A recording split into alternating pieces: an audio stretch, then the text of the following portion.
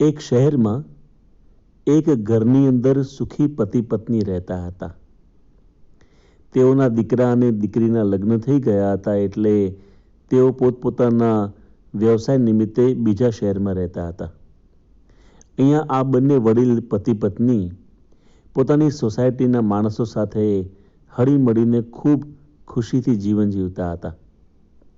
એકવાર પત્નીએ પતિને કહ્યું કે આપણે મોટી ગાડી લેવી જોઈએ.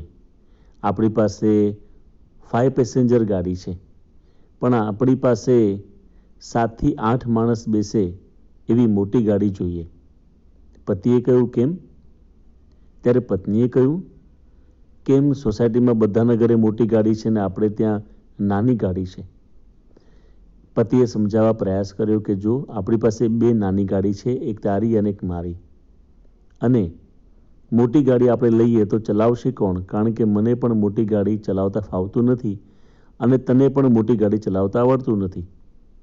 પત્નીએ કહ્યું, ભલે ચલાવતા ના આવડે, આપણે પ્રયાસ કરીશું, પરંતુ આપણે મોટી ગાડી લેવી જ છે. પતિએ કહ્યું, પણ કારણ શું છે? પત્નીએ કહ્યું કે બીજા બધા પાસે મોટી ગાડી છે ને આપણી પાસે નથી, તો લોકોને કેવું લાગશે? પતિએ કહ્યું, લોકોને કાંઈ ખોટું લાગે એમ નથી. આપણે સુખી છીએ, આપણી પાસે 2 ગાડી છે, અને આપણા દીકરા દીકરીના ઘરે મોટી ગાડી છે.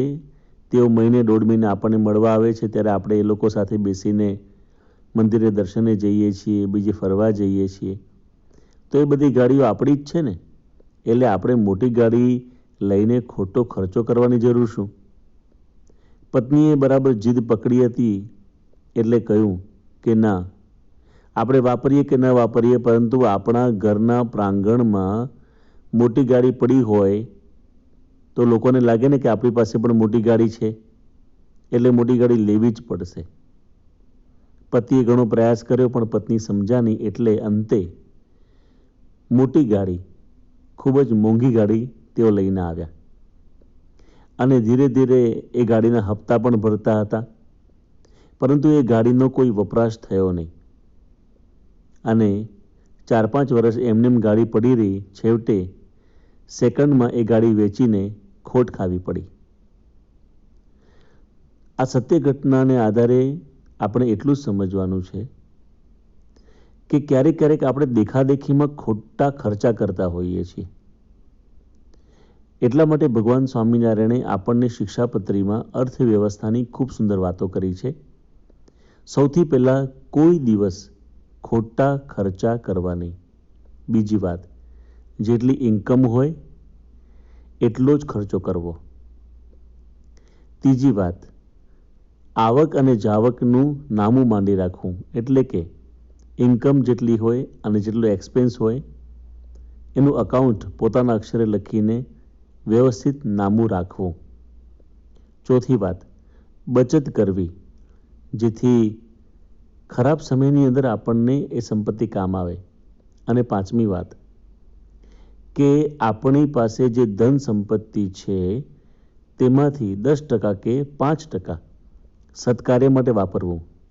ભગવાન માટે, મંદિર માટે, દીન દુખિયા માટે, કોઈને જરૂર હોય એને મદદ કરવા માટે. પરંતુ પૈસા હોય, સુખી હોઈએ, એનો મતલબ એમ નથી કે આપણે ખોટા ખર્ચા કરીને પૈસા ઉડાડવા.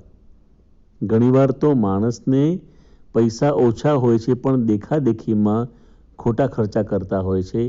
એને લીધે ઘણીવાર આર્થિક નુકસાન પણ થાય છે, ઘરની અંદર પણ મતભેદ અને મનભેદ થાય છે, કલહ કંકાસને ક્લેશ થાય છે, અને આપણી પૈસાની બરબાદી પણ થાય છે. એટલા માટે જે સમજુ નર નારી હોય, જે સજ્જન પુરુષો હોય, જે બુદ્ધિશાળી હોય, એ લોકો હંમેશા આવક કરતાં જાવક વધી ન જાય, ઇન્કમ કરતાં એક્સપેન્સ વધી ન જાય, એનું ધ્યાન રાખતા હોય છે. આપણે ભગવાનને પ્રાર્થના કરીએ કે આવી અર્થવ્યવસ્થા આપણે કરીને ઘર સંસારમાં સંતોષથી, સમજણથી સુખી રહીએ.